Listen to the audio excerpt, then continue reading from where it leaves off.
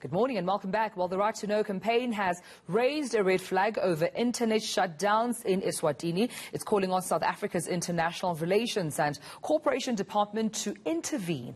Well, the organization also wants the UN Special Rapporteur on freedom of expression to help have the shutdown lifted. Let's get more on this now with Right2Know's Lazola. Kati. Ms. Kati, thank you for your time and good morning to you. A clear sense of, censorship, one would say. I think I saw drips and drabs on social media from some of the, citizens of eSwatini saying that, either the internet has been completely shut or it will be shut at a certain time. How dire is this situation of, no internet in eSwatini at this time?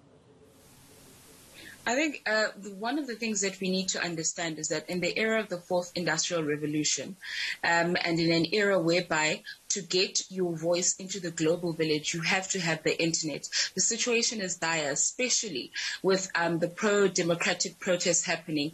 And clearly, from what we've seen on social media and on trusted sites and from sources, is that there are actual human rights violations happening in Eswatini currently. So with the internet being shut down, the information getting into the global market is actually being blocked. So we now have a situation whereby there's a repressive leadership in Eswatini, and the citizens that are trying to get assistance from outside are not being able to get assistance from outside. I mean, MTN confirmed this as well. As an organization, a telecoms business at that, the disruptions to services as of Tuesday, the 29th of June, have also been disrupted. And we understand that the Eswatini government too sort of instructed their telecoms, and mobile departments to also shut down. So it seems to be a multidisciplinary shutdown here of, internet, but also access to any sort of online freedom of expression at this point in Eswatini. Yeah. So on the 29th of June, the leadership in Eswatini actually instructed its telecommunications sort of department and your MTN group to actually shut down the internet completely. So what we're having now, and this is also, we must remember, a response to the pro-democratic sort of protests that are happening in Eswatini, because there are now citizens that are calling for a pro-democratic Eswatini instead of the kingdom that we're now seeing. So this is a response to pro-democratic protests, and this is what we're now looking at. And as Right2Know, we're calling on Dirco, we're calling on the UN Rapporteur on freedom of expression, we're calling on the South African president.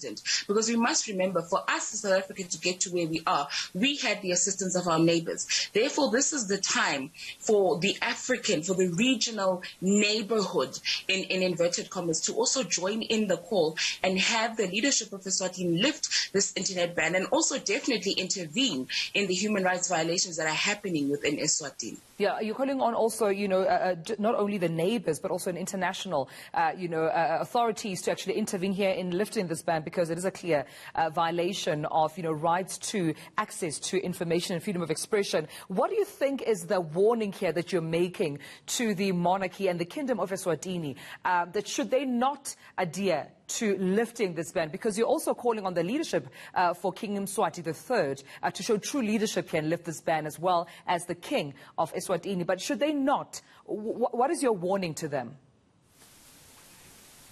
See, at the moment, our warning is simple.